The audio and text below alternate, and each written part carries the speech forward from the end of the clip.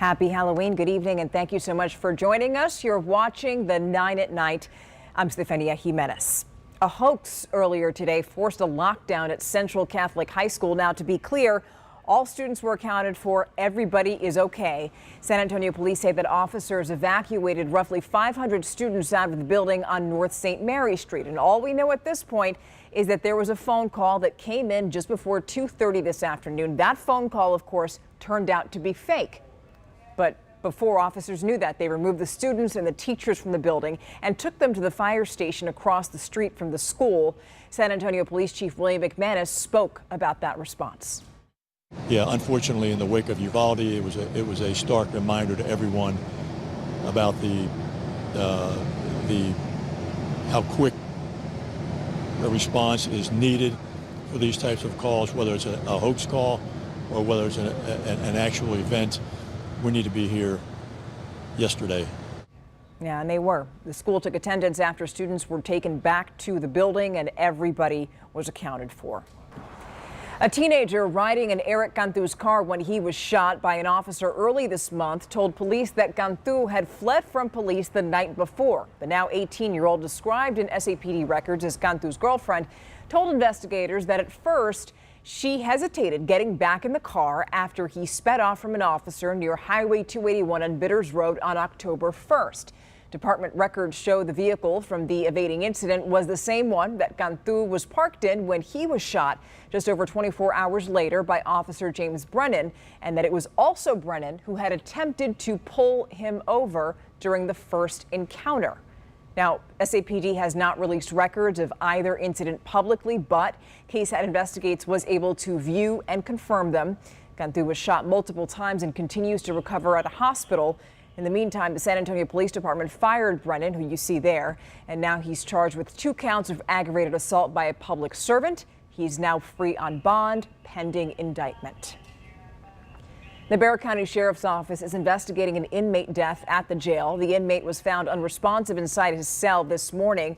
A deputy found the inmate around 2. He was taken to University Hospital where medical staff tried to revive him, but he was pronounced dead about 30 minutes later.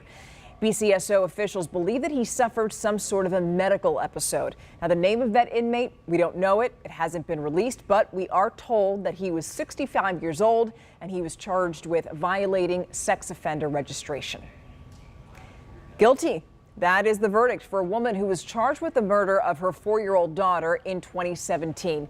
Took the jury just over an hour to convict Jessica Briones. Back on September 5th of 2017, Briones took her unresponsive daughter, Olivia, to an SAPD substation. And then a day later, that little girl died from numerous injuries. Now that Briones is convicted, she faces up to life in prison. A morning drive really turned into chaos when police say that someone fired more than 20 shots and hit a driver. Happened around 6 o'clock this morning on Watson Road, just west of Highway 16 South. The man who was shot told police that he first saw the suspect shoot at another vehicle on Highway 16. The suspect then turned onto Watson Road, stopped in the middle of the street, and then allegedly started shooting at the victim. That victim was hit in the calf but managed to call for help. He was taken to the hospital. In the meantime, police are still looking for that shooter.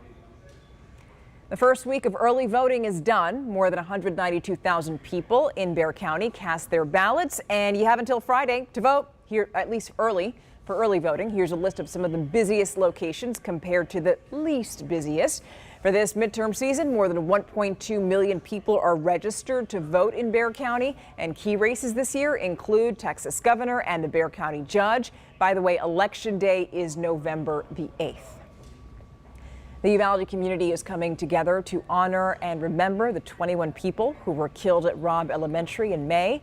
In their first Remember Their Names festival, hundreds came to the Uvalde County Fairplex to remember the lives that were lost on May 24th and also to raise money for high school seniors in Uvalde. And there were different events to honor each victim, including a barbecue competition for one of the teachers who was killed, Irma Garcia, and her husband, Joe, who died just days after the massacre.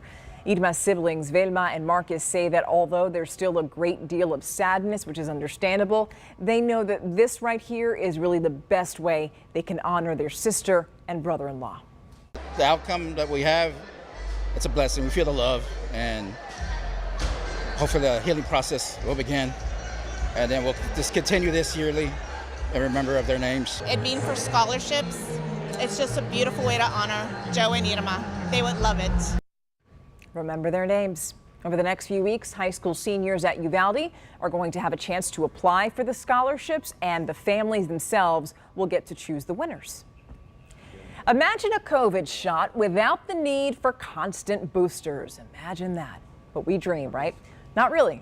A research team here in San Antonio is trying to make that a reality. San Antonio is only one of 10 locations that's about to begin a clinical trial in 2 weeks for a new type of vaccine.